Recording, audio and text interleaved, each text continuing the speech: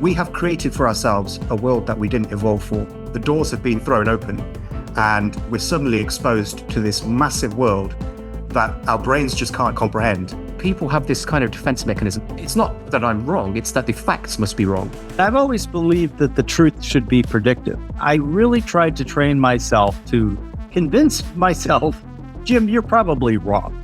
There's only one way you can predict the future, and that is by having an accurate model of reality. If we can create systems that incentivize people putting skin in the game, then we can create small networks of people that are really interested in truth. Well, hello, everybody. It's Jim O'Shaughnessy with yet another Infinite Loops. Today's guest is one of my favorite thinkers, Gurwinder Bhogal. You defy categorization, which I love. You're kind of a modern day William of Ockham, right? Because wow. you've become quite well known for your razors and for your trenchant observations on just what the fuck is going on. That seems to be the question of the decade to me. What is going on? We have like this saturation, using your term, this saturation of idiocy. We're seeing it on social media. My idea is that one of the reasons that this is happening is we're emerging from a very long period of human history where many societies were essentially closed, i.e., if you lived in Alabama in 1910, you didn't probably know what was going on in India, in Nepal. You might know a little bit of what's going on in like the UK, but probably not too much. And every society had its village idiot. And then, of course, we invented social media and made it the worldwide town square for all of the village idiots. Into this new world, you stride with some, I think, wonderful advice. And so I guess my first question for you is, let's go into this emergence of like idiocy and the politicization of Babel versus what I call the human colossus. And I want to get your ideas of how we can change the politicization of Babel into the human colossus. Welcome. Thank you. It's a pleasure to be here. We had a great conversation last time, and I'm sure we'll have a great one this time as well. I think you summed up the problem, I think, quite astutely there. And I think really it all comes down to the fact that we have created for ourselves a world that we didn't evolve for. And what you were just mentioning there is something called scope neglect, which is this idea that we sort of evolved for the small scale of tribal life. We evolved for small numbers. There's this thing called Dunbar's number, which is apparently the cognitive limit of the number of people you can have a relationship with. And Robin Dunbar, who's a sociologist, I think he said the number was about 150. So it's not exactly 150. It varies from individual to individual, but there's a certain cognitive limit to the amount of people we can consider in our everyday existence and the number of people we can have compassion towards, empathy towards, even hostility towards. Because obviously we spent 300,000 years of our lives as hunter-gatherers in small, tight-knit communities. And that's where the majority of our modern evolution really occurred, was in that environment. So now suddenly, as you mentioned, we now find ourselves in a world where the doors have been thrown open and we're suddenly exposed to this massive world that our brains just can't comprehend. We're now, as you put it, dealing with issues in India and China and Russia and even, across Europe. And it's bad enough even looking outside of our town, even that is too much. But we're now looking at the whole world. And I think most of our problems really stem from this mismatch between the world that we evolved for and the world that we now find ourselves in. And so I think what my interest is in trying to recalibrate our minds to this new world that we've created, to try to find a way to live in this world where we're just exposed to far too much information, where people are always trying to get us to care about various things going on in the world, this kind of constant avalanche of concerns that are being sort of vomited over us through our laptop screens, our phones, our TV screens, and in conversations. So I think that is, for me, the crux of all of the problems. It's where all of the major problems that are novel to our age, so things like polarization and the sort of misinformation pandemic and alienation, and all of these issues, I think, really stem from that mismatch. So I think that is the thing that I'm trying to sort of navigate, I think. Well, one of the things as I was getting ready and reading back through your stuff, I came across a tweet from one of my colleagues, Dylan O'Sullivan, who works for me he's great. at He's brilliant. Infinite. He's one of our top editors at Infinite Books. And it's a W.H. Auden quote, which is, I'm going to botch it here because I just scratched it out really quick. We would rather be ruined than changed. We would rather die in dread than let our illusions die. Yeah, very powerful. I think that's very true. I think the way I look at it is people, when they form beliefs about the world, it's like erecting a tall edifice. They have these little bricks, and each opinion is a brick.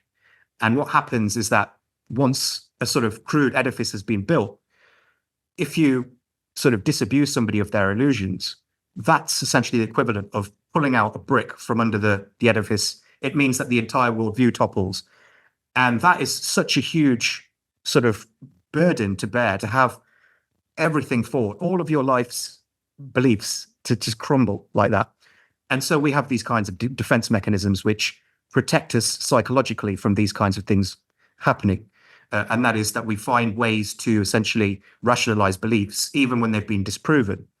So there's a concept in psychology known as belief perseverance.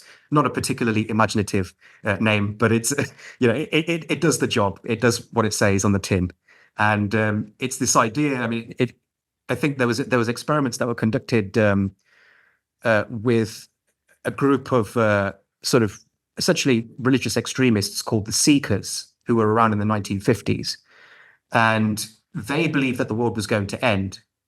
They believed that the aliens were going to come down and they were going to sort of beam up the faithful, and then there was going to be a huge flood and it was going to wipe out all life on Earth.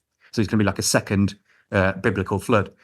And what happened is when the day came, the event didn't transpire. So they were there. They were all in this one lady's house, and they were waiting for the end to come. They waited through the night, and they were like, any minute now, any minute's going to happen. But it never happened. And instead of doing the obvious thing, instead of adopting Occam's razor and believing that their whole worldview had been wrong, that their prophecies had been wrong, they instead decided to rationalize why it hadn't occurred. And they came up with all kinds of weird explanations. Like one of them said that, well, maybe the aliens essentially got stuck in traffic, that there might have been an asteroid field and, got in the way of them coming to Earth. And then another one, said, oh, well, maybe they changed their minds about destroying the world. Maybe they saw us and they saw how pure we were and how sort of, essentially how virtuous we were. And they decided, oh, maybe there's hope for humanity after all. So they came up with all these different explanations, except for the possibility that they were wrong. And it shows that the imagination is essentially put into the service of the delusion. So people have this kind of defense mechanism. The first thing they will always assume is, it's not that I'm wrong, it's that the facts must be wrong. It's not my beliefs that are wrong, it's the facts that are wrong. That's always the first instinct. And that's why it's very dangerous and very hard to try to get people to change their minds, because we have this reflex to become like a lawyer for our own beliefs and to try to find some loophole that will allow us to keep believing. Adam Grant has a great book called Think Again, I think is the title of it. Will Storr, I love his work because he dives very deeply into this. I sometimes think humor can be helpful. I was reminded as I was getting ready of this hysterical Monty Python sketch, which is like, 40 or 50 years old, right? So by the way, this is nothing new. Eric Hoffer wrote a book called The True Believer back in, I think, the 1950s. Brilliant book. But these Yeah.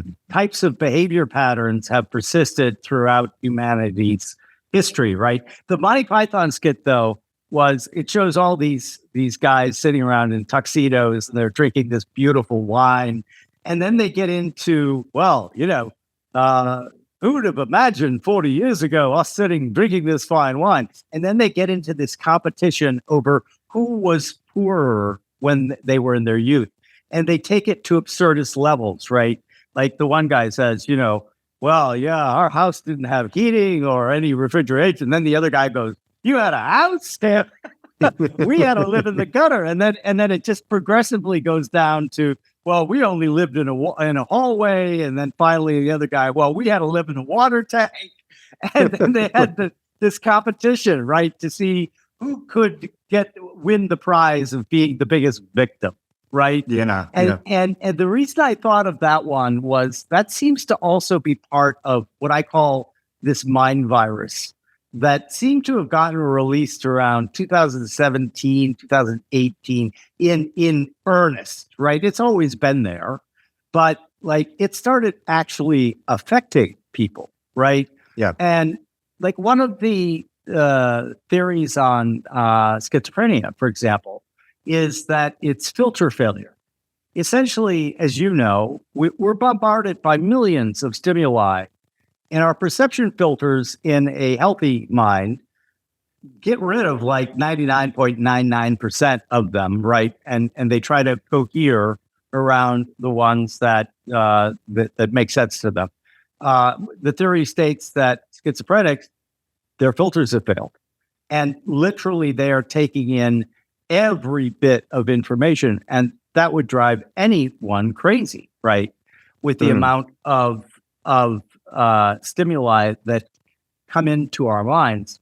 But I was also listening to a conversation you had with our mutual friend, Chris Williamson. And Chris said something interesting because you were talking about the idiotic things people post on Twitter or other social media. And I loved your explanation. It was like, people don't like, it's an afterthought, right? And they're like, oh, God damn it, I'm going to, right? They're responding to the game, as it were. And they're not thinking about it. They're just in haste putting up some random thought. And Chris said, well, maybe that's because they're boomers, right? And which I thought was funny because I'm marginally a boomer. I still dispute it because I think that the boomer generation is too big. They say 1946 to 1964. I'm more of a fan of Jonathan Pontel saying, no, the people born between 56 and say 64, he had a horrible name for us called Generation Jones. But when you awful, yeah. Right? He needs somebody to help him retitle that. But his thesis is really interesting because what he does is he contrasts attitudinal surveys, experiences, etc. And I'm the youngest in my family. All of my sisters are real boomers. And the difference between what they experienced in life and what I experienced in life, very, very different. Very different takes on a ton of things. But I'm wondering whether it's generational or whether it's that we've essentially gamified everything. You've talked a lot about that. I want to get your opinion on, first off, they maximize the objective function for the wrong thing, in my opinion, right? They maximize the objective function to get you to give them money. I think that you can use the same sort of techniques that gamification uses, but to do good things. What do you think about that? Yeah, so the gamification thing is, I think that's probably more of a more modern sort of issue. I think it's something that really only took off sort of with the advent of the digital revolution. So there was a sort of stage where, the sort of early social media companies began to gamify products. This was around sort of 2004 with dig.com, and then later on Facebook and Twitter and all that. But really, it really took off with smartphones and with social media. I think those were the two things that really sort of drove sort of gamification, but particularly smartphones. So this was just a massive sort of change in the ways that people lived, because now people could keep score of anything in their lives. Just they were carrying around a sort of this thing that could just keep score of anything. And I think that really allowed gamification to take off. But going to your earlier point, I think that there was a generational difference before this. And I think it probably has less to do with gamification, because I think although there was gamification in the 20th century, for instance, with the frequent flyer points and getting little toys in cereal boxes in Happy Meals and all that kind of stuff, even Boy Scout house points and things like that. But it wasn't as sort of endemic as it is now. I think there were probably different generational differences which were responsible for the kinds of culture that we're seeing now. I think Jonathan Haidt actually and Jean Twenge have this great piece where they talk about how there's been a gradual change in the ways in which we approach problem solving and just problems in the world.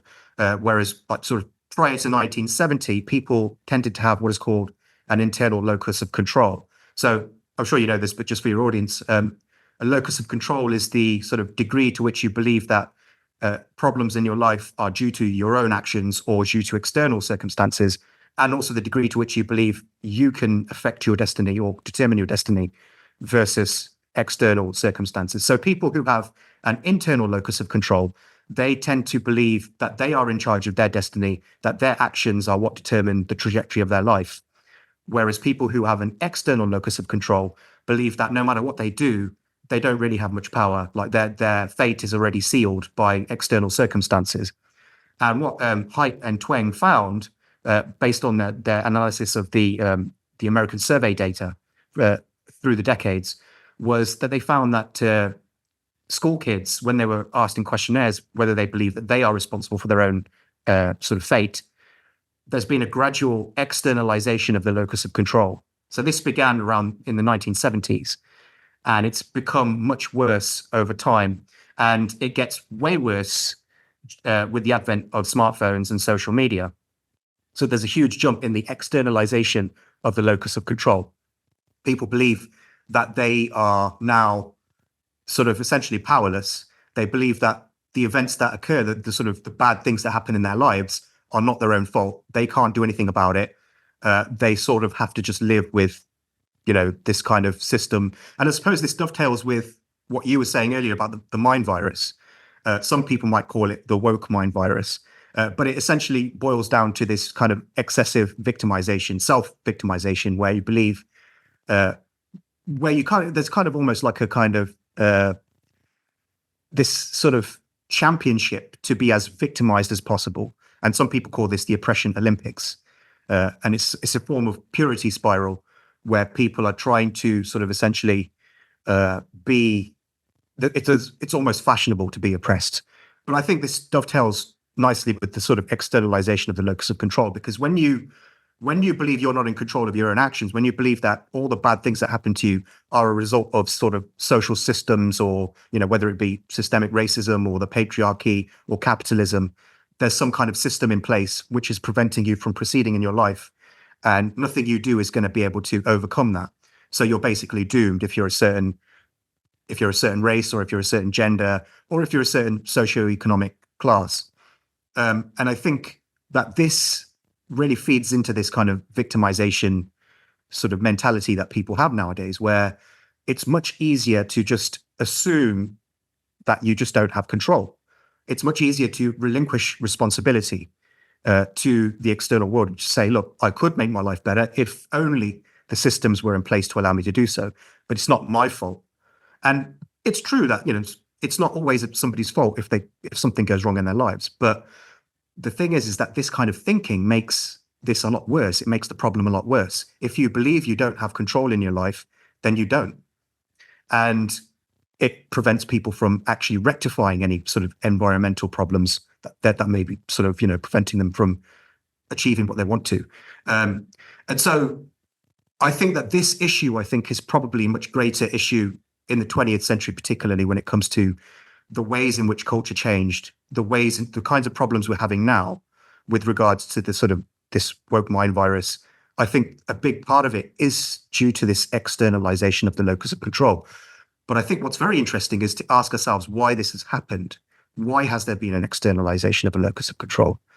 And I think, well, Jonathan Haidt, in his essay, he posits that it's due to the kinds of culture that we have allowed to essentially proliferate within our school systems, within our university systems, which sort of teach a distorted view of history and which teach distorted science, particularly distorted social sciences, which sort of essentially diminish.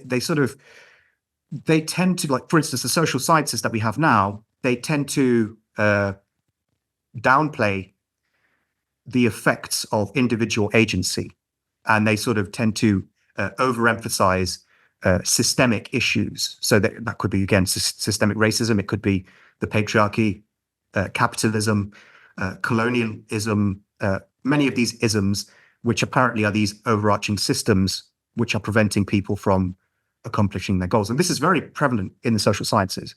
And the problem is that this information, it tends to leach out from the social sciences and the humanities, and it tends to sort of infect the sort of school system generally. So the preschool system, the primary school system, the college system, and of course the university system. And so it seems like we've allowed a culture to proliferate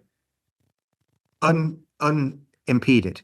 And this happened sort of beginning in the 1960s with a guy called Herbert Marcuse, who was sort of, some people would say he's a cultural Marxist. But if you type in cultural Marxism into Wikipedia, it will tell you this is a far-right, white supremacist, anti-Semitic conspiracy theory, which is kind of strange because cultural Marxism was used as a term by academics until very recently to describe the sort of shift away from economic Marxism to a more identity-based Marxism when Marx's economic prophecies failed. So they needed something new to sort of latch onto. And this was how the Frankfurt School and all that kind of came about. But yeah, I mean, Marcuse is widely credited with starting these kinds of revolutions that similar almost to the kinds of campus revolutions that we've seen, earlier, a few months ago, the sort of the campus protests against the Gaza war.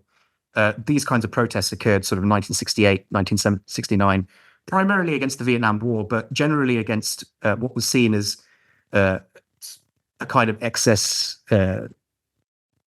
almost sort of rigidity, sort of moral rigidity.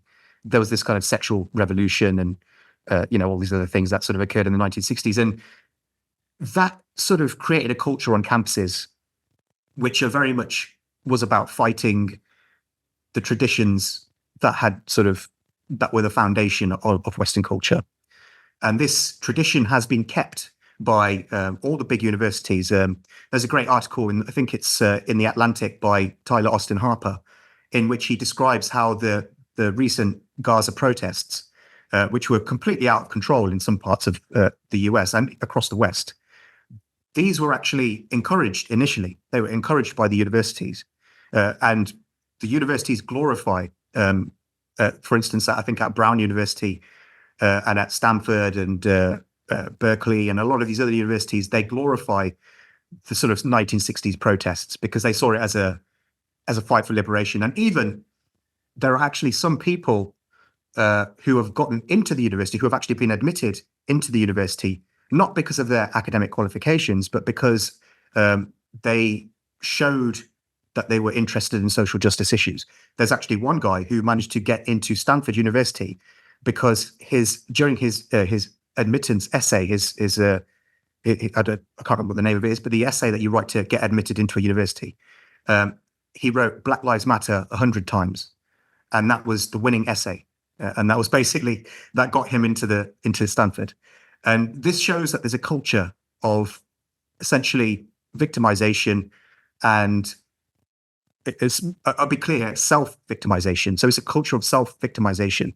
And it's one that's been proliferating since the 1960s. It's gotten much worse over the past 20 years. Particularly, I think social media did a lot to really amplify it because a lot of the lettered class, the literati, sort of are sympathetic to this view, and they obviously have a lot of sway over the publishing world, the broadcasting world, Silicon Valley, Hollywood, all of that kind of stuff, all the knowledge-producing institutions of the West. And so I think what happened is this culture that was initially a revolutionary culture, and it was initially just about straightforward equality. It really began with the civil rights movement, but then it sort of became something worse. It became something a lot more sinister than that.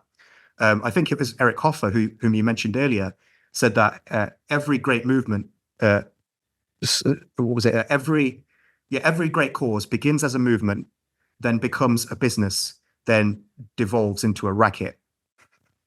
And I think that that's what's happened with the civil rights movement. Essentially, it began as a movement with very sort of virtuous causes behind it. But what happened is it gradually became a business. And then from a business, it's now a racket. And that's what we're seeing now. And it's become, I think, the basis of this mind virus that you were alluding to earlier.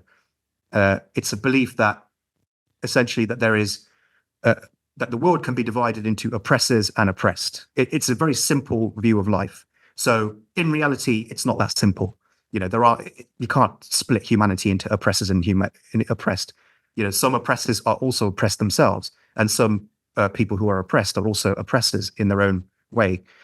It's a very messy world in the real world, but it's much easier on the mind to believe that you can divide the world into different groups of people, some of them oppressors, some of them oppressed. And I think that's one of the reasons why this worldview has become so popular, because it's easy and it applies very basic, easy to understand concepts to complex problems and makes them seem much more simpler than they actually are. So much to unpack there. I think on your last point, I think that might be because we so long clung to Aristotle's either or, yes, no, 0, 100, black, white. Dichotomies are much easier for the average person to understand. But, when you label me, you negate me, right? And label thinking is a big part of what you're talking about, right? People prefer, I can't remember who said it, but most people think that they're thinking when they're simply rearranging their prejudices. And so basically, a lot of people are cognitively lazy, right? And so the idea of victimization. So if I were evil and I had unlimited resources, what I would do is not too dissimilar to what's been happening over like the last 10 years, particularly in the West, right? I would do my very best to baffle people with bullshit. I would throw tons of conspiracy theories out there. I would get them to believe that they were victims, that they had no agency. Brave New World, right? Brave New World is probably a better predictive book than 1984, right? It's like, what do you mean we're going to burn or Fahrenheit 451, right? But we don't need to burn books. All we got to do is get people not want to read them and keep the masses infinitely amused, right? But this is a big part of what the Romans used to do, bread and circuses, right? And when things were getting shittier and shittier, what did they do? Bigger and bigger extravaganzas. They had naval battles in the Colosseum, for example, because it wouldn't do anymore to just let the lions eat the Christians, right? And so you see this arms race for bigger and bigger spectacles, bigger and bigger diversions, bigger and bigger events that make people feel like they don't have agency. That would be the other thing that I would do. I would do everything I could. If I were evil and trying to destroy a society, I would say, you have zero agency. Nothing you do will matter. And it will never matter, right? Yeah. I was just going to say, so there are two ways to negate agency. There are two ways to make a population zombified. One of them is to convince them that they can't do anything. And the other is to actually make them do the wrong thing. And I think that both of these things are at play now, So I think, like, for instance, a good example of the latter would be going back to the campus protests. What we saw a lot of people starting to sort of essentially engage in a role play, a LARP, live action role play, where they were sort of talking about liberating campus buildings. And they were talking about sort of they needed humanitarian aid, and they were getting their friends to like give them sandwiches through the fence, and they were like, we're going to engage in like, we're being oppressed here, by the university deans and all this kind of stuff. And they were using the language, the revolutionary language that, say, even Hamas is using, but on a completely trivial level. And they were essentially fictionalizing the struggle, and they were engaging in a fictional struggle. And all of their energy was essentially in this LARP. And obviously, as long as they were in this LARP, they were not doing any harm in the real world. Essentially, I mean, yes, okay, they were blocking a few roads here and there, and they were obviously making life hard for the university administrators. But their protests were essentially just contained because they were completely fictional. And I think that's a good sort of metaphor, I think, for today's activism generally. Where you have a lot of people who are just completely engaging in they're just engaging in this kind of recreational activism. They're essentially, they're engaging with fictional villains and fictional heroes, and they're putting all of their energy into these struggles. And that is essentially the same as having no agency at all, because all they're doing is they're playing a game. They're not actually making any real difference in the real world. And so I think that's just as dangerous as convincing people that they don't have agency. It's convincing people that they do have agency, but then getting them to do completely the wrong thing. My friend Robert Henderson dubbed it luxury beliefs. Yeah, and brilliant, and what's interesting about that is the thing that I think a lot of people miss is because we so venerated accreditation. Again, that if you go down the status loop, you see why we did, right? Like Harvard, Yale, Princeton, Stanford, et cetera. Those are the tippy top universities. A piece of paper from there gives you accreditation and gives you, in many people's eyes, the right to say, my opinion is superior to yours because I have this little piece of paper here. But, the thing that's interesting about universities is their followers, in my opinion, they're not leaders. I mean, as an example, back in the 1920s, guess what? All of the elite, most prestigious universities were rushing and falling all over themselves to put entire departments together around eugenetics, right? And then suddenly, it even led to some catastrophic U.S. Supreme Court decisions that allowed people to neuter people that they viewed as somehow ill-formed. Let's avoid all of the horrible names that they used. But then, of course, along came this fellow with the little funny mustache, and he wrecked it for them. They quietly shut down all of their eugenetics departments and everything. Now, is that saying that genes don't have an influence on human behavior? Well, maybe, but all of the evidence we have, at least that I've been able to review, shows that a lot of things are genetic in nature. There have been, reproduced studies on identical twins separated at birth. The similarities between them are astounding. And yet the idea of fashion is what always springs to my mind, right? So back in the 1920s, eugenetics was fashionable, right? And so all the university departments did it. Then we get different fashions, right? DEI is a current fashion, and they seem to fail their own test, in my opinion. In other words, these universities, what they are doing is they are indoctrinating. They are not teaching anyone how to think, in my opinion. And I've always believed that the truth should be predictive, right? And so I really tried to train myself to convince myself Jim, you're probably wrong. What you believe is probably wrong.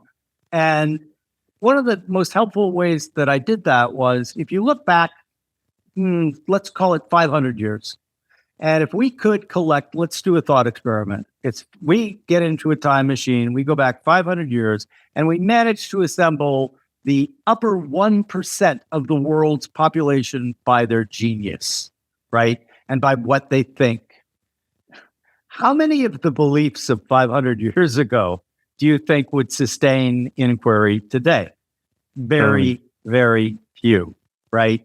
So the idea that they're culturally transmitted, and that, the importance of memes, the importance of that type of transference, I find fascinating. But again, there are solutions, and you write about these solutions. So let's shift gears and talk a little bit about how do we solve this problem of the dumbing, the idiocracy and politicization of the Tower of Babel, and how do we make it the human colossus, where the interconnectedness actually is a positive sum game? Okay, so I don't think there's an easy answer to this. I think I don't think there's a way to do it at scale, because I think obviously there are two options here. There is a top-down approach and there's a bottom-up approach, and each of these approaches has significant problems that I think are insurmountable when you're trying to do it at scale. Obviously, with the sort of regulatory approach, who's going to decide, what regulations and how they're going to work? So that's obviously got problems. And then the bottom-up approach is a bit of a problem also, because there's no way to sort of coordinate. There's obviously a coordination problem here. So I think ultimately this is something that can only be done in small communities, small groups. I've tried to find a way that this could be done at scale. I don't think it can. So I think it's really a case of small groups of high agency, high integrity people who are willing to sort of step away from the morass of all this, sort of infectious viral ideas, and to try to go back to first principles and to try to sort of essentially find ways of looking at the world that are, as you say, predictive of the future. Because I think being predictive is the ultimate measure of whether you are aligned with the truth or not. The degree to which you can predict the future is the best gauge I know of the accuracy of your model of reality. And so I think there are several ways in which people could do this. And one of them is by forming small networks of people. And I think this is happening already. We have, communities of people who are coming together.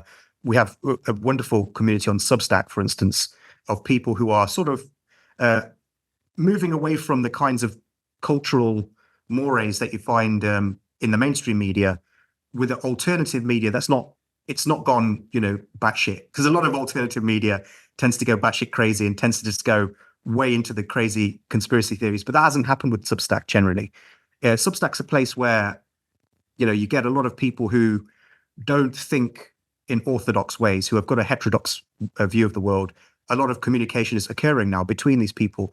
They're forming connections. They're forming, partnerships. And I think this is probably happening with your podcast and with your sort of other vertical sort of media that you have. And there are other people who are pioneering these new ways of sort of, doing things. Elon, for example, Elon is a very controversial figure. I don't agree with him on a lot of things. I think he's quite crazy in some ways, but I think his genius can't really be denied. And although I think that he's not done a great job with Twitter, I think not as good as he's done with SpaceX or with Tesla, he's definitely changed the conversation, I think, because by buying Twitter and essentially opening up the Overton window, he's allowed conversations to be happening now on Twitter that couldn't happen, 3 years ago. So I think it really comes down to individual actions by people who are willing to sort of put their money where their mouth is, or essentially have some skin in the game. I think skin in the game is probably the most important thing. I think when people really have skin in the game, that's when people have to follow what's true rather than what's fashionable or what's popular. I think one of the problems, one of the reasons why we got into this mess in the first place was because people didn't have skin in the game. So if you look at academia, for instance, and social sciences, what you were mentioning earlier about genetics, it's fashionable to believe that there are no differences between populations, for instance, on average. That's the fashionable thing to believe. It's fashionable to believe that everybody's born a blank slate and that culture is the only thing that affects a person's life. But if you go to a hospital where there is actually skin in the game, where if you have, you have to believe things that are actually true in a hospital, you'll realize that, for instance, if you go into hospital as a patient, one of the first things they're going to want to know about you is your ethnicity. Because when they know your ethnicity, then they can know whether you're predisposed to certain genetic issues, whether you might respond well to certain medications, all of these things. Obviously, with male and female, they need to know your biological sex as well. That's because in a hospital, there's skin in the game.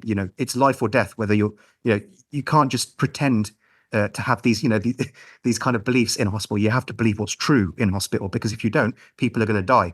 That's not the case in academia. In academia, you can believe whatever you like and people aren't going to die. And so, at least not in the short term, maybe in the long term. But, it leads to, I think, having a lack of skin in the game. People will automatically believe whatever is most fashionable to believe, whatever increases their status, rather than what's true. So I think if we can find people who have skin in the game, and if we can create systems that incentivize people putting skin in the game, then we can create small networks of people that are really interested in truth. And then when people are interested in truth, I think that lays a good foundation for essentially sanity. We can kind of begin to restore sanity, because I think as long as people are interested in truth, they will always want to make the best decisions. They will always want to believe the right things, believe the correct things, rather than what's going to make them look good. So really it comes down to that. And I think it's happening, but it's happening very slowly. It's happening in small patches on the web. Like small communities are forming where people are genuinely interested in what's true. I think what's going to happen is, I think AI is probably going to play a part in this as well, because there is at the moment, I think on our last conversation, we actually did touch on this, where we have where you don't really know what's real now, because we have deep fakes that are as good as real video. We have LLMs that can create essays that are almost as good as a human. And being able to discern what's true and what's not is becoming much more important now than it was maybe 5 years ago, because of the amount of bullshit that's just being produced. There was a lot of bullshit before being produced by humans and troll farms, but now it's just accelerating. And so it's becoming an essential skill now to actually be able to discern what's true and what's not in a way that it wasn't before, because it's just so easy to believe false things now. And I think there's going to be maybe a division in human between people who are actually interested in sort of mastering technology and people who are just going to allow themselves to be mastered by it. Because I don't think there's much middle ground here. I think that if we don't learn to master the technology, if we don't learn to discern truth, if we don't learn how to see through deep fakes, then we are going to become manipulated by them, and we'll become enslaved by the technology. So I think there's two paths ahead, where we either become enslaved or we take agency and we actually become the masters. I think it'll probably split humanity in two, where you'll have some people who will be able to discern what's happening. And I think probably the majority of the population, there may be some kind of Pareto distribution here, where the majority of the population will probably just take the path of least resistance, which will mean just acquiescing to malignant culture and to the kind of the garbage that's being fed to us by AIs. And look, these AIs are propagating this kind of mind virus that we were talking about earlier. You saw it with the Google sort of fiasco, where it was, all the history figures were like black, like Hitler was black and all this. It was just churning out this stuff because, the programmers had basically told it to respect DEI. And this is going to continue to happen. I think AIs will become a tool by which this creed, this sort of DEI sort of narrative will be propagated.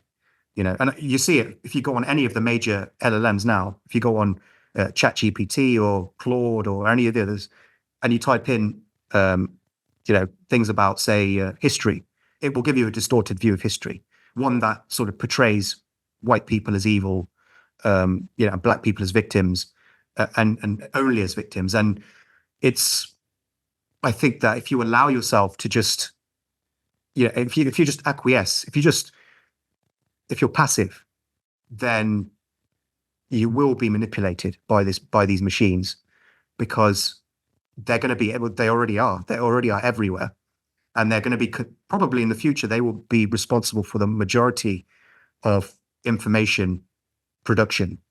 I think they'll be producing information at a far greater rate than humans are, and they'll be, everywhere on the web. I mean, this is already happening now. This is not something this is not a prophecy. This is an observation of how things already are, and I think it's only going to get worse. And so, it really comes down to, I think we're at a phase in history now where we need to finally put skin in the game and develop agency, and to actually go back to first principles, and to actually try to make logical inductions and deductions as the basis of our sort of belief forming, rather than what we read, just casually imbibing culture is no longer safe. I don't think it ever was completely safe, but I think now it's actually dangerous to just be passive and to passively absorb information from the web and just develop your beliefs based on that, because of the amount of misinformation that is already being propagated. Again, you just give me so much to unpack. I'm reminded of Jed McKinnon's quote where he says, if you're having a little tea party with Lord Lion and Lady Gazelle, and somebody who comes along and doesn't quite believe your fantasy narrative, it's not that they're mean, it's that your fantasy narrative is a bit fragile. And I think that one of the things the event of the moment right now is the debate between Biden and Trump.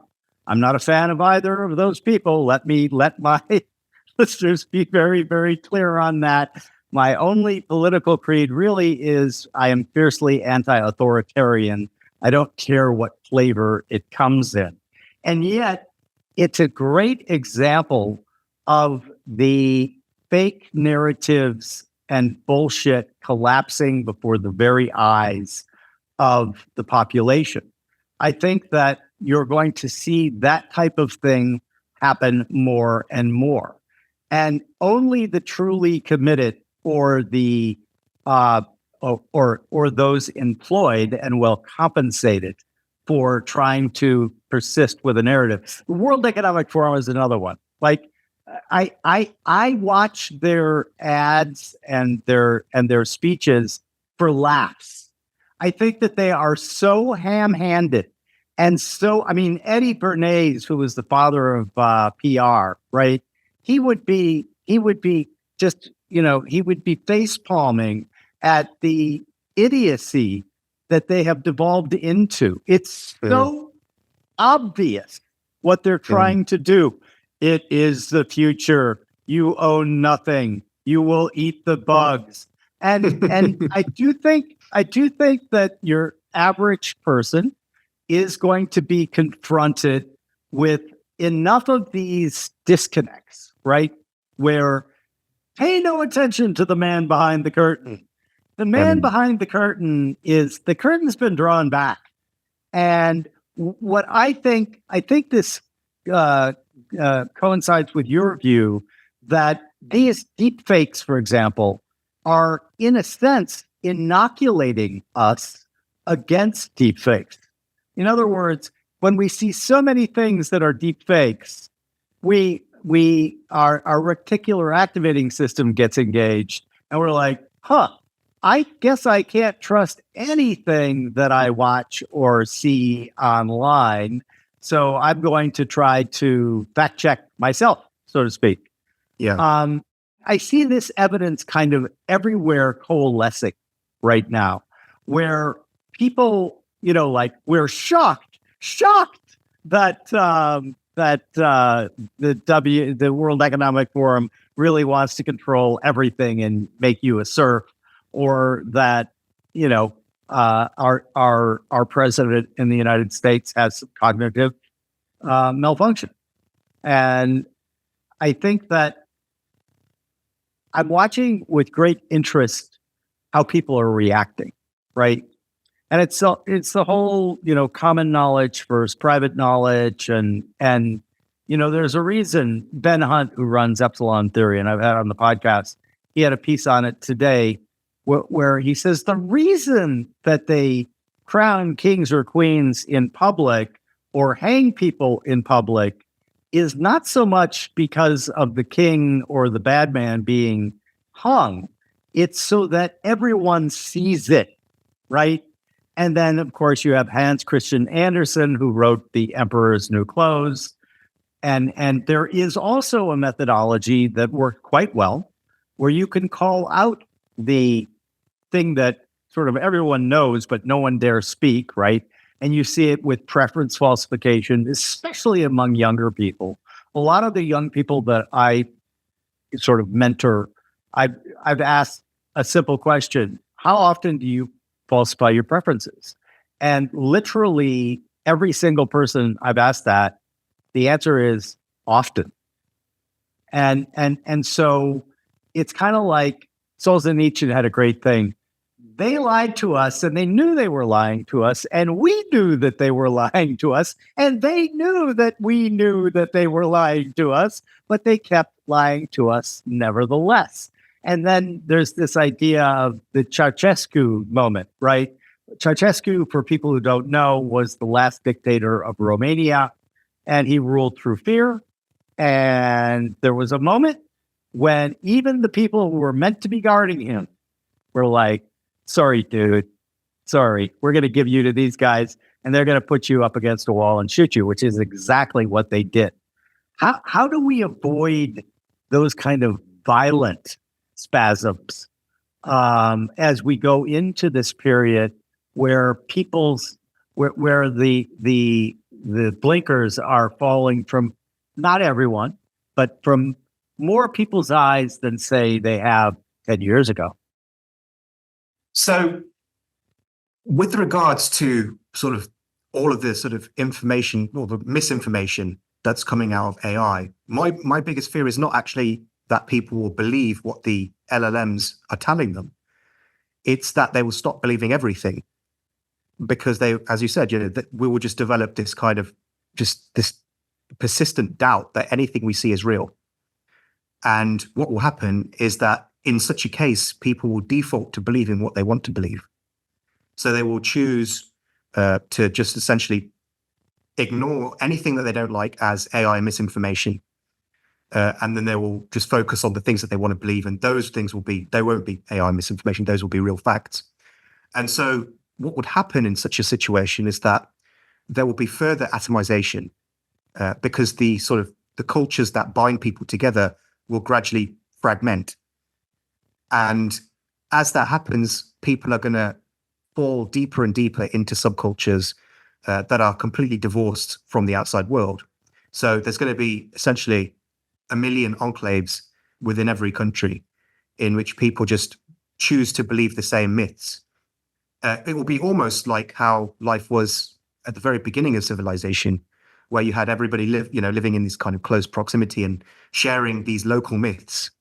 Which they might have gotten from the constellations or whatever, but it will be, people will have joined the dots in certain ways, and they will form these small common narratives about it. And I think we're already seeing this happen, where you have a lot of subcultures now, online subcultures, who all believe different things about the world, and who essentially, there are a lot of people who don't believe anything now that comes out of the mainstream media, for instance, that comes out of anything that they see through mainstream sources. So the violence that you're talking about, I think, is going to be very fragmented. If it does, sort of happen, it will be extremely hard to predict. It will be true stochastic terrorism. There's there's a popular word floating around nowadays, stochastic terrorism. This will be stochastic in the sense that it could happen at any time from any group. And it will be very hard to predict because it's not going to be like the old forms of terrorism. And the old forms of terrorism, you had these big monolithic sort of ideologies, like jihadism or neo-Nazism. And so if somebody followed these creeds, you would know that they were a liability, that they could essentially be dangerous. But when you have a million different ideologies, it's going to be very hard to predict which ones are going to be dangerous, because the amount of information that you can get from each of these is going to be limited, given how many there's going to be. And so it's going to be harder to predict terrorist attacks, I think, in the future. It's going to be harder to predict violence in the future because there's not going to be as many links between people as there were if you're dealing with ISIS, for instance. You've got these big monolithic cultures. It's not going to be the same. It's going to be very fragmented, I think. And this is hard to overcome because, again, people need to have some kind of skin in the game in order to have an incentive to follow the truth. And I think that a lot of people are not going to have any skin in the game because they're just going to be online. They're going to be online. Whatever they believe is not going to impact the world in any real meaningful way. They'll be going to their jobs as usual. They'll be bringing home the bacon. They'll be doing all the things that they need to do in life. But they'll just go online, maybe in the evenings, and they'll start believing crazy stuff because they'll piece together a few things that they want to believe based on all the stuff, and then they'll ignore all the rest as conspiracy theory or whatever. And it's not going to impact their life. It's not going to change their life in any real meaningful way, unless they obviously go out and commit violence, in which case they probably will end up going to jail or something like that. But the majority of these narratives are going to spread through just ordinary people just going about their daily lives in the daytime. And then at nighttime, going online, go to these forums or on social media, these small social networks, and they'll just get, crazy beliefs about the world, whatever they want to believe. And it's going to be very hard to predict what beliefs are going to emerge, what the kinds of things people believing them are going to do. So this is something that's, I think, is a big problem in the future, when everybody is jaded, when everybody has seen enough AI misinformation that they no longer trust what they see, and so they default to believing what they want to believe. And that, I think, is something that kind of is something that I don't think many people are really considering this. I don't think it's something that is on people's radar. People just assume that, what's going to happen is there's going to be a few centralized systems that are going to feed people misinformation, and then everybody's going to follow these protocols, these narratives. So, for instance, there will be the kind of the WEF one, for instance. The WEF, obviously, as you said, they're really bad at their jobs. They're crap. They're crap at propaganda. And so I don't think they're actually going to succeed at anything. They've already turned most of the world against them. I mean, everybody is suspicious of the WEF, pretty much. And so they've made a pig's ear of it already. Their narratives are not going to be the ones that control people. It's going to be, they're just another tool by which people are disabused of any notion that what they're seeing is real. So the WEF are actually providing a service in a way. They're providing a good service to people because they're making people realize that they can't trust these organizations. They can't trust what they see online. And they can't trust what the governments are telling them because, look at the WEF, look at what they're saying. They're saying stuff that's completely batshit. And so the real issue is what happens when people stop believing in anything they see. And I personally, I find it very hard to really, I think this is why I don't really have much faith in humanity as a whole. I have faith in individual humans, and I have faith in individual communities. I think that communities can do some amazing things, but as a whole, I don't have much faith in humanity because I think that I think most people just don't have enough interest. And the principle of least effort is a big problem for humans. They will always take the easiest route, the quickest route, the simplest route to whatever they want. And you see it all the time. We'd see with Google search, for instance. people get all their information from the first couple of search results. Those first few search results determine pretty much, I would say probably about 80%. So again, Pareto distribution, probably about 80% of what people discuss online and just where they get their beliefs from. Same with Wikipedia. People get, I think, a large portion of what they believe about the world from what they read on Wikipedia. If they want to know about some concept, the first thing they'll do is just type it into Google, and then usually Wikipedia is the first result. They'll press a Wikipedia link, they'll maybe read a few paragraphs of it, and then they'll go, oh, okay, that's what it is. So I think we have to sort of, I don't think we could put much faith in the human race as a whole, because most people statistically are going to take the easiest, simplest path forward. And we can't stop them from doing that because they've got busy lives. They obviously probably have families, they have jobs to do. They don't have the time to really focus on believing the right things. They have this satisficing strategy where they just believe what is good enough. So they believe things that are just true enough. They believe that if they drive off a cliff, they're going to die, and that's enough. That's the amount of truth that they need. They know that if they eat chicken without cooking it, there's a chance they might get a disease. They might get salmonella. That's a belief that they need to have. But beyond that kind of basic truth, they don't really have any real need to believe, correct things about, say, what the WF are telling them, or because these are things that they're never going to use. They're never going to use this information in their lives. So for that reason, we can't trust humanity as a whole, I think, to solve this issue. It's an issue, I think, that is going to be solved by people who actually have the time and the will to actually believe what's true and to actually try to get to the bottom of what's going on, and that have the agency as well and the integrity to actually act on it. And I think that's a very small percentage of humans. So I would counter that with the idea that it's always been a small percentage of humans throughout any society through history, right? The Pareto distribution, the power law, these things are seen in like every society we analyze. So one of the things that I would swing back to on gamification is we can push all the same buttons. We can use all the same levers. If the truth is predictive and you're playing a game, right, and you're winning that game, you're consistently winning that game, then all of a sudden you might have a tipping point where the people who normally wouldn't look into, or put skin in a particular type of belief or whatnot, start saying, these guys over here, they're doing really, really well. And if it's a capitalist society, maybe they got rich with a startup. If it's a more communal society, maybe their part of the community is, doing better farming or doing higher productivity in whatever they're engaging in. And so isn't it a bit of human OS is human OS, right? So the human operating system, I think, is mostly emotionally driven. It is, and so we make decisions emotionally and then we rationalize them after the fact.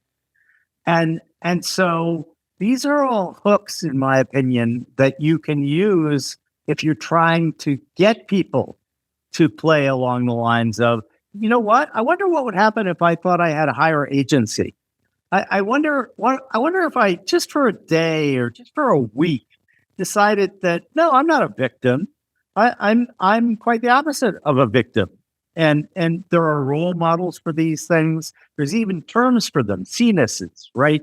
If you can create a C-ness in which that serves as kind of a beacon and a magnet to attract the type of people who are like, these guys over here, man, they're killing it.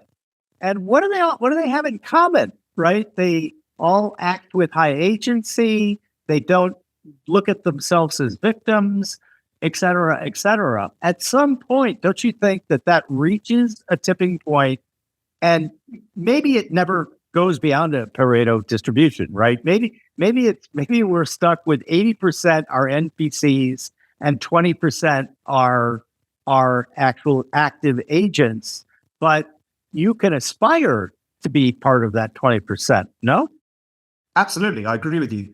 I think, in my piece on gamification, that's my conclusion, is that essentially you can be part of that 20%, but you've got to have the agency. The agency is where it comes from. And I think most people don't have that agency, unfortunately. But it's something that if you do, if you're interested in actually bettering your understanding of the world from, if you actually care about what's true, and if you actually want to improve your life in that sense, then there are plenty of ways you can do that through gamification. We live in a world where you can essentially create your own games. You can make anything you want fun, literally anything you want fun. So you can make all kinds of work fun. And I think that that's a great opportunity for people. I use gamification in my life. I use it for fitness. I use it to learn about the world. And I think all you've got to do is pretty much, like people always say, there's an app for that. Well, now there's a game for that. There's a game for pretty much anything you want to achieve in life. And you can, if you have the will, you can accomplish that. My only issue is I think most people don't have the will for that. I think, and most people, unfortunately, are just playing the games that are given to them by corporations. And corporations obviously have their own agendas. They want to make money. And so what they're going to do is they're going to make the most addictive games that they can. And those, pretty much, they don't really have much of a concern about whether it benefits you, because they just want you to play their game. And we're seeing that a lot with, for instance, dating apps. We're seeing it with TMU, which is like the Chinese rival to Amazon, where they try to just get you to buy as much as you possibly can through games by making it into a game. We see it with even, with sort of sleeping apps, fitness apps. There's a lot of bad fitness apps around, which just, basically try to, they use fake metrics to try to motivate you to just keep doing whatever you're doing. But there are a lot of good fitness apps as well. It's just a case of being wary of how they work. But basically, the games that are made by big corporations tend to just be games that are only interested in getting you addicted to some activity. And that activity isn't usually good for you. It's usually just a sink on your time. You might enjoy it. I mean, obviously you'll enjoy it if it's addictive, but in the long term, it's not going to improve your life. But with that said, there are good games out there as well. There are a minority of games, but they do exist. So, for instance, there's one game that I really like called Zombies Run. This is a very simple game. It's a game that you download on your phone, and it basically takes the form of a radio broadcast during a zombie apocalypse. So basically, the world has been overrun by zombies, and basically the game just tells you which way the zombies are coming from, whether they're coming from the north, from the south, which roads you have to run down in order to avoid the zombies. So it's basically a fitness app. You just run in the directions away from the zombies, basically. And, there might be some surprises, and they say, oh, you've got to quickly change course, because the zombies are coming from ahead. Oh no, now they're coming from behind you. So it keeps you on your feet, and it's a good way to stay fit. So that's for fitness. But there are also games that you can play for truth as well. And one of the games that I like for truth is prediction markets. So prediction markets are essentially, you could sort of say that they're a kind of gambling, but you don't have to gamble with real money. You can just gamble with virtual resources if you wish. And what happens is whenever there's some event in the future that may or may not happen, people will wager on it. They'll try to reason, they'll try to find some kind of way of determining whether it's going to happen. And you see, it's interesting because unlike the gambling community, it's actually formed of people who are genuinely interested in rationality, because these prediction markets really came out of sort of this, the sort of rationality sort of space, less wrong space. A big sort of figure in there is Robin Hanson, who's got a theory called futarchy, which is his sort of way of creating a government by its ability to predict the future, essentially a government through prediction markets, which I think is a really interesting idea, which could, once humanity is more enlightened, maybe that could be the form of government that we have, where we have a government based on who is best at predicting the future. But these prediction markets, I think, are a very interesting game because they incentivize you to try to predict the future. And obviously, there's only one way you can predict the future, and that is by having an accurate model of reality. You can't predict the future consistently in any way. You can predict it by chance. You can get it right by chance. but you can't consistently predict it without having an accurate model of reality. So it's a game that incentivizes you to not believe what's fashionable or, what's going to get you money or whatever in the short term. It's money. It's about believing what is actually the case, what is actually going to happen. And so this is a game you can play to get your mind more in tuned with reality, with rationality. So there is, gamification is an excellent tool as long as you know not to be sort of essentially puppeteered by it. Because if you just follow fun, if you just do whatever's fun, you'll probably find games that are bad for you, because the bad games tend to be the most fun in the short term anyway. You have to be very selective about the kinds of games you want to play. That's the key. You have to understand. And I think there are certain criteria that you can use to determine whether you're playing a good game or a bad game. So, for instance, one would be, what is the long-term effect of playing this game? What is it going to do to you in the long term? So if you ask yourself, if you were playing a game today, if you were to play that game just as you played it today, for every day of your life, for the next 10 years, where will you be in 10 years? And, that way you can determine, because there are some games that put you on a downward trajectory. For instance, a lot of video games, gambling machines, for instance. If you gamble, if you go to Las Vegas and you spend all your day on slot machines, in 10 years, you're going to be broke. If you play video games and you do nothing else, you're going to probably be quite unhealthy, because you won't leave the house. You'll be sitting on your couch all day. You'll probably put on a lot of weight. You'll probably have high blood pressure.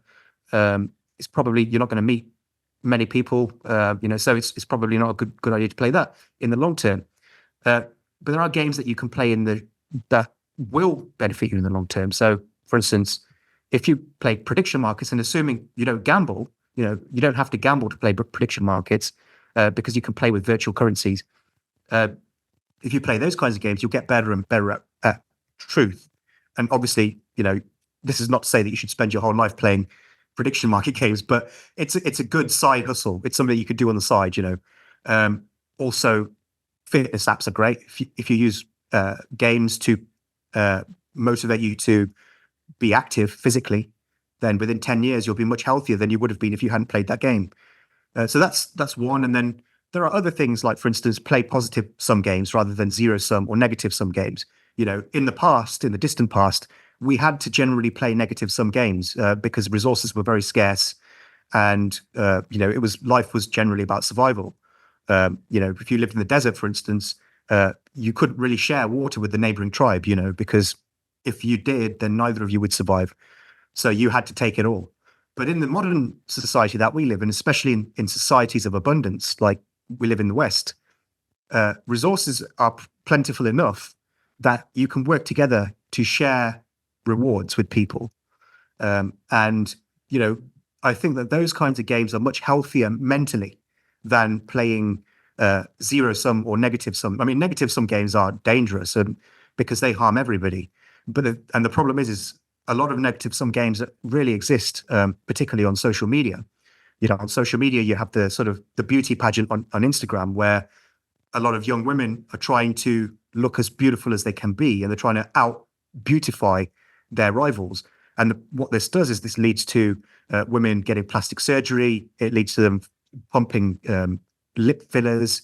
It leads to them using digital filters.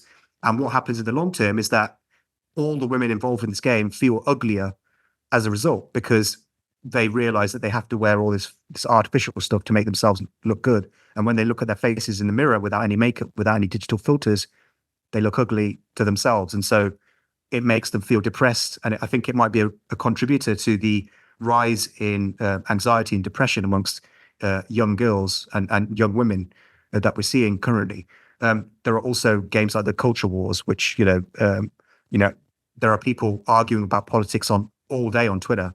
They may have good causes. They may be arguing for good causes, but the problem is that nobody gets their mind changed through an argument online, and so all that happens is that everybody just gets angry. And I call it a state of mutually assured distraction, where people are just arguing because their opponents are arguing, but nobody's mind's being changed. So these games are very dangerous, and these are negative sum games. These are games in which nobody wins and everybody loses. And we have to avoid those kinds of games because they're not good for anybody. Zero sum games are not good either because they're games in which you can win something, but at the expense of somebody else. And the reason that these are generally not good games is that they create a mentality of dog eat dog. And what happens is that this is bad psychologically. You make enemies with people. You become, you cease to see the people around you as human beings. You just see them as competitors, and you become hyper competitive. You have to win because if you don't, you're going to lose. And so that can exert a stressful toll on people's minds. It can just hurt people mentally. So I think that's not a very good sort of type of game to play. Positive sum games are very good. Positive sum games like wealth creation, for instance. If you start a business with somebody and you create wealth, everybody benefits and nobody loses out. Another game would be educational games. If you play, there are plenty of educational games you can play with people now where you answer questions like a quiz, for instance. And the good thing about these games is that even if you lose, you still learn, so you learn things from other people. So in that sense, it's positive sum. So there are games that you can play in which you don't have to lose anything, and you can win even if you lose, essentially. I think those are very good games to play. And there are plenty of other criteria that you can use to determine whether you want to play. You should play hard games rather than easy games, because if you play easy games are usually a trap because they exist usually only to addict you and for no other reason. They don't develop you in any way. Hard games, they have a point to them. They actually exist to refine your abilities. Because they're challenges, you have to develop your character in order to win at them. And so I would say play hard games rather than easy games. Easy games, you're not going to benefit from them. They'll be fun to play in the short term, but they're going to harm you in the long term because if they're easy, you don't need to use your mind, you don't need to use your muscles as much, and so they will atrophy. If you have to put in a lot of effort to win a game, then you have to improve your abilities. You have to train. You have to essentially be on the ball as it is. So that's the key, I think, in this game that we're in this. Well, it is a game, but this world that we're living in now, there is an incentive now to turn everything into games. Corporations have found that they can control human behavior by gamifying it, and so we're seeing it happen. We're seeing, seeing status bars, progress bars rather. We're seeing, point system scores. We're seeing all the kinds of mechanics of games. We're seeing them being applied to non-game activities, and so now the dating apps, for instance, have got XP levels where the more you use the app, the higher your score.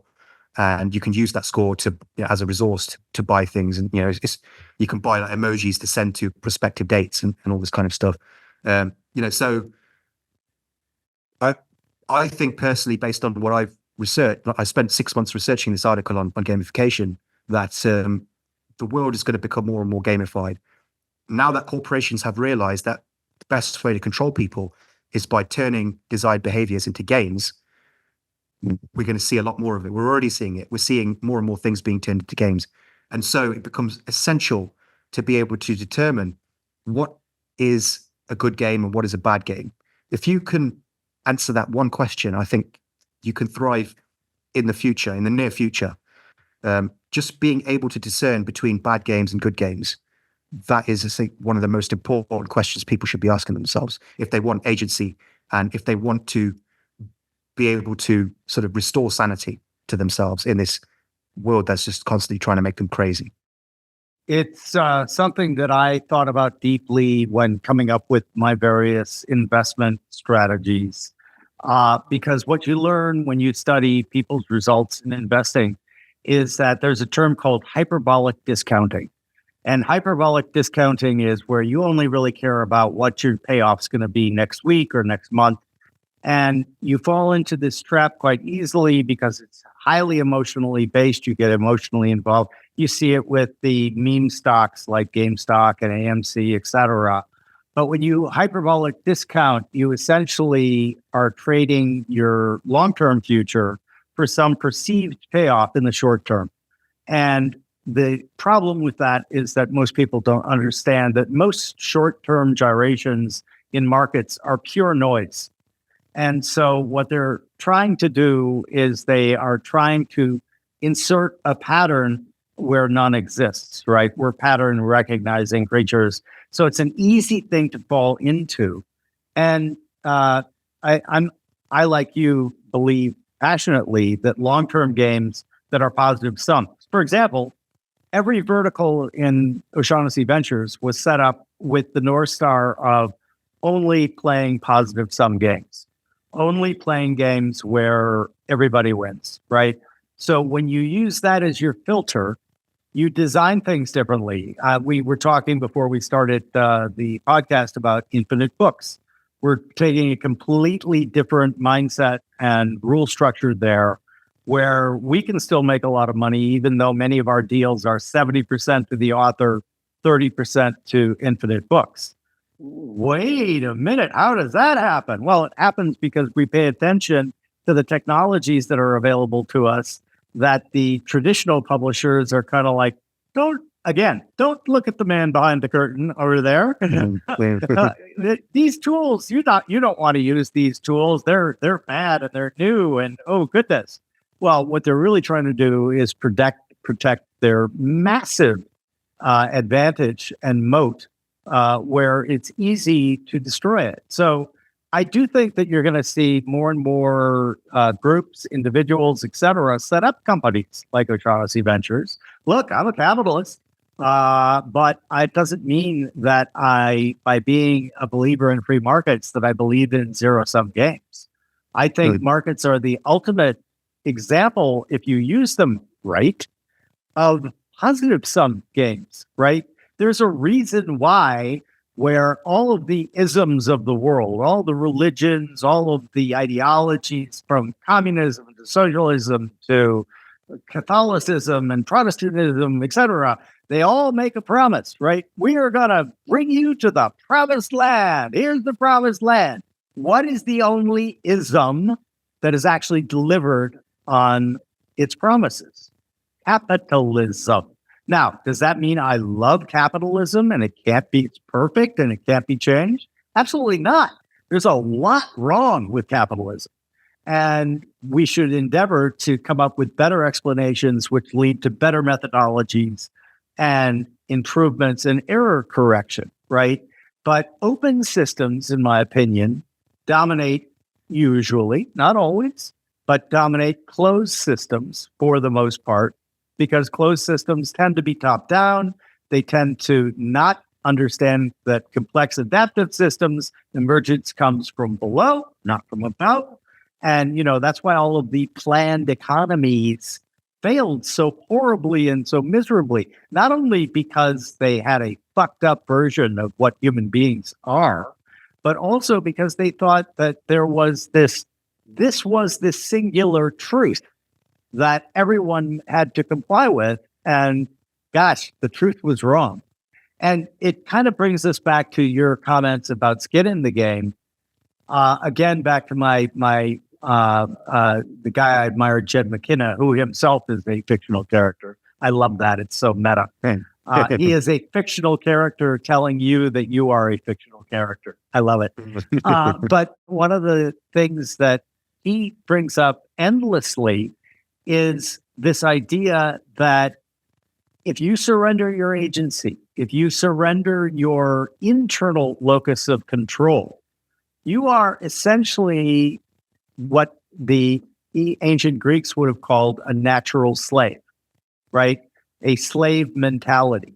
You are letting yourself have a slave mentality, which if your average human knew that, they wouldn't I am? What? No, I'm not that. And they would at least sort of take steps to try to correct that. And then the idea of metagames, right? Change the rules. I don't know if you're a Star Trek fan, but the Kobayashi Maru. Right? The Kobayashi Maru. And how did Kirk how was he the only one to beat it? He reprogrammed the simulation. I love that because that's the way I like to approach life. It's like, no, I'm not going to play by those rules. I'm going to make up new rules and play by those. And that's what's kind of guiding our entire series that we're kind of doing in a halting fashion, but that we call the Great Reshuffle, right? It's like all of these old rule books are collapsing. And you've got a lot of people going, what the fuck? What? This worked all of this time and it no longer works. Well, because we're going into this new world, right? And if you understand that, and one of the things I admire about you with your razors and the maxims is those are excellent. They're compressed knowledge, right? Why do we have maxims? Because they've made it through generations, and they're compressed until you get down to, very, very useful. Yeah, the essence of why people should do things a certain way. And so I think that, the idea of gamification, you made the point where when you've got skin in the game, you take it a lot more seriously. My friend Annie Duke says, if you really want to nail somebody down, if they make some statement, just look at them and say, how much would you bet on that? Because I'll take the other side. If you ask them that way, and that's why I like organizations like longbets.org, like put your money where your mouth is. And, who are kind of the three groups that, again, a Jed McKenna or a Robert Pirsig would say had the highest chances of becoming enlightened or truth realized?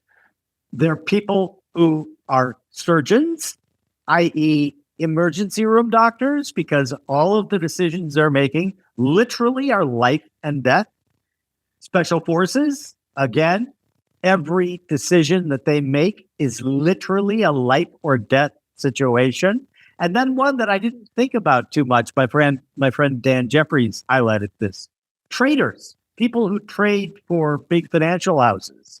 Like, it's kind of a psychic death if you lose, $1 billion for the institution that you are trading for. And so I'm fascinated by, like, one of the things we're doing is I'm doing a meta study of what do those characters have in common with one another? What do emergency room doctors, special forces operators, traders, and there's others too that we are including in? And guess what? When you do kind of a summation of the way they look, super high agency, skin in the game, internal locus of control, perpetual learners, fuzzy logic, probabilistic reasoning, as opposed to deterministic reasoning. These are things that you can learn to be better at, right? Yeah.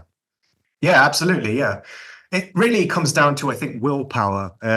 That's the sort of the key, because people have to want to actually improve their thinking. They have to want to improve their rationality and to develop agency. It's unfortunately that is the sort of the bottleneck is willpower.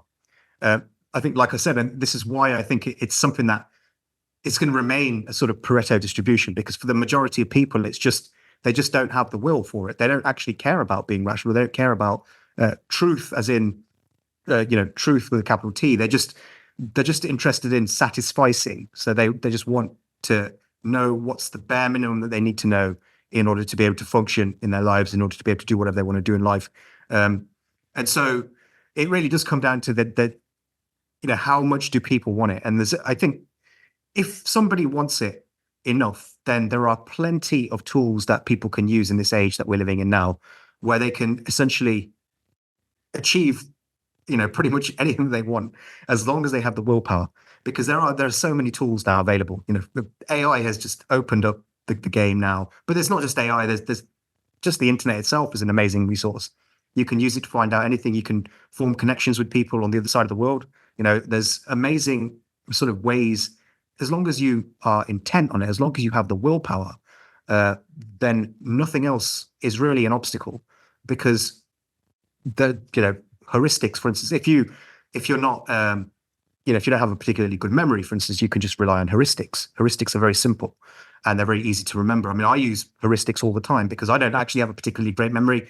I don't, I'm not great at reading large tracts of text, and I like to just do things quickly. So for me, I just rely on heuristics and I can get them very easily online. And I can also just get them from thinking. And it's, there are so many tools available to people that there is no excuse really. If you want to be more rational, if you want to sort of develop your agency, and if you want to, essentially whatever you want to do, you can do it.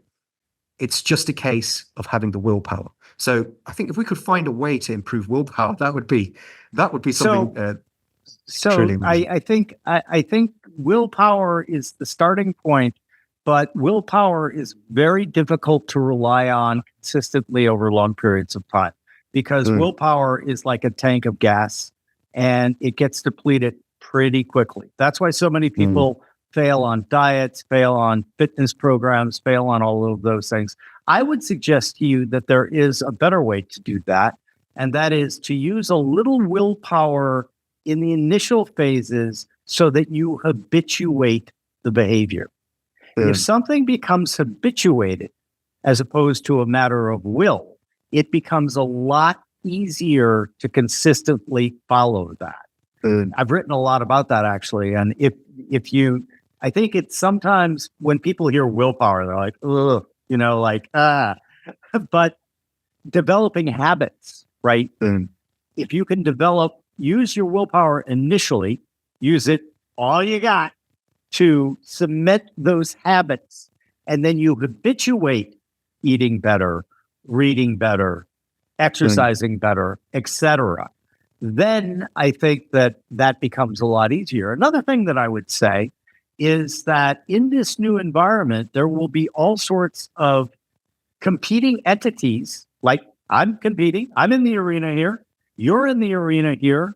And to me, that's a good thing because what happens if we start curating things better? What happens if people are like, God, when I read him because like he's always right about this shit. That is like that's a social scoring system right there too. So people playing for different reasons, playing a long-term game, right, could not even intentionally get the people who might otherwise be satisfied with just, they might actually gain their attention. On AIs, there's going to be deep competition there. There is a very good reason why O'Shaughnessy Ventures is using on-prem models. Why? Because we don't want the lobotomized models that the commercial powers that be are foisting on. Now, I use ChatGPT all the time. Is it lobotomized? Not entirely, but it's certainly what they would call de-biased. In other words, it is biased. In other words, it is biased toward their biases, right? And so if people realize, I just think ultimately we're back to the truth ought to be predictive. And if all of a sudden our unbiased, non-lobotomized AI models that we're building in-house start running circles around the other models that are biased, people are going to start to notice. And they're going to be like, I wonder hey, could you tell us a little bit more about that unbiased model that you're using? And why are people afraid of it? Well, they're afraid of it for obvious reasons. Most of the things that is coming out of the mouths of all of our politicians, all of the so-called influencers, all of that is pure bullshit. It's just bullshit. And it doesn't lead you anywhere that is going to be predictably good for your future. Right. And people do not want their sacred cows turned into burgers. And yet that's what's going to happen. And that's why you see this, in my opinion, that's why you see this meltdown in the traditional press, in the traditional political circles. They can't believe that people are like looking at him and saying, man, you are just incredibly full of shit. And that's where what I call the global colossus, right? The interconnectedness amplifies. Like if I said that, if it was just me and you talking and it wasn't a podcast and like, what's the effect? There's no network effect, right? There are network effects that are huge and amplify. And there does come tipping points where people are like, I think that politician, and fill in the blank. I red, blue, purple. To me, they're all the same, right? I personally believe that at least in the United States, this is the worst political class on both sides of the aisle. So let's be fair here. CNN and Fox are just different versions doing the same thing, spewing propaganda. It's just different talking points, really. And so, like, one thing I say to people, do yourself a favor. Stop passively consuming information like through a TV. I stopped watching TV news almost 15 years ago. And honestly, I cannot tell you, when I see clips, they horrify me. It's like, I can't believe that people sit and watch this. And again, back to different generations, my dear mother-in-law is nearly 98 years old, and she sits and listens to news. I'm doing air quotes here for our people just listening, news all day long, and she's filled with despair. Right? Because it's just the doom. You can counter program these days. And that's one of the things I sort of believe if you can make a difference, you've got to try to make a difference. I don't try to engage myself in non-computable problems. Roger Penrose calls a lot of things that people spend endless times arguing about non-computable, right? Robert Pirsig would say the answer is mu, M-U, which is there is no answer to that particular question. And yet one of the things that you see people online endlessly arguing and screaming at each other about for hours and hours and hours, non-computable problems. And so if you learn to just say, yeah, I'm not going to bother with that one because that's non-computable. Like, how many angels can dance on the head of a pin? I'm not even okay. Medieval scholars spent entire careers going back and forth in their little cloistered environment as to what that can do. I think that you can turn the network effect on its head and say, guess what? You want social proof? Well, the social proof is that film had, made a ton of money and people loved it. And maybe its message was one of inspiration and empowerment and all of those things. So I think that, we naturally get more clicks, as it were, by trying to scare the shit out of people. I think that you can also get quite a bit and do quite well with things that inspire people, with things that get people to think, you know what? Maybe I can develop that habit. Maybe I can become better. Is it going to always be a Pareto distribution? Probably. Those things have remained incredibly stable over long periods of time in a variety of civilizations. But I also think that there is a thing that I first learned about in the book, The Weirdest People in the World, cumulative cultural evolution, right? Like if we went back in time, and I'm holding up an iPhone here, and showed this to somebody from 1900, it would be magic. What is this magical thing that you have in your pocket there? And then there's also, finally, you can adjust your attitude, which is, by that I mean, there is no such thing as perfection, right? What we are trying to do is continually come up with better explanations so that we have better problems to solve. We're always going to have problems. Anyone who's just lists, these are all the problems, and it's really easy to be against things. It doesn't take any cognitive, your neural expenditure of caloric intake is going to be really low if it's just like, I'm against that, I'm against that, I'm against that. It takes a lot more to be in favor of something. So I'm always looking for things to root for. Like I root for you, man. I root Thanks. for people. I root for Likewise. people like you who are doing really great work and doing it in such a manner that you're such a good writer, and that's important because, like Mark Twain had a great quote: the difference between the right word and the almost right word is like the difference between lightning and lightning bug. And you are lightning, my friend. Thank you. I could talk to you like literally for the rest of the day, but my producers are giving me the hook here. So you might remember from your last visit with us that we are going to give you an opportunity to hypnotize and mesmerize and incept the world. We're going to make you the emperor of the world for one day. You can't kill anyone. You can't put anyone in a re-education camp.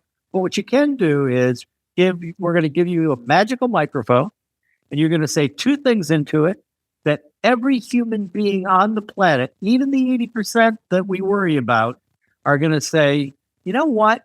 I've just had the two greatest ideas. And unlike all the other times, I'm going to actually take action on these two ideas, and I'm going to try to really make them part of my life. What two things are you going to be incepting in the world's population? So in the theme of this conversation, it would be gamification and skin in the game. Yeah. Skin in the game. I love that one. If we made everyone have skin in the game, the world would be a very, very different place. By the way, that's what it used to be in the old days. Like there's a reason I put my name on all the companies I found, except for one. Guess what happened to the one that I didn't put my name on it? It failed. Wow. The ones that I put my name on was great advice from my wife. When I was trying to name my first company that I created in 1987, when I was 27 years old, she's like, call it O'Shaughnessy Capital Management. She goes, you yourself lectured me all the time about, in the old days, people put their name on those banks. J.P. Morgan, Merrill Lynch, Pierce, Fenner, and Smith. Why did they do that? Because they were all in. They were all in. It was skin in the name. Their name. Yeah, skin in the name. Soul in the game. Blood in the game. Because and they were partnerships. Why were they partnerships? Because guess who had to pony up when you made a bad bet? The partners. You didn't get a chance to socialize your losses back then. So I try to keep it as if. So I love both of those inceptions, and let's hope we get more people with skin in the game. Thank you so much. It is always so much fun talking with you. And I'm going to already have you to schedule version 3 because I didn't even get to like 70% of the stuff I wanted to pick your brain on. It's been a pleasure, Jim. I'd love to do it again. Thanks. All right. Thanks so much.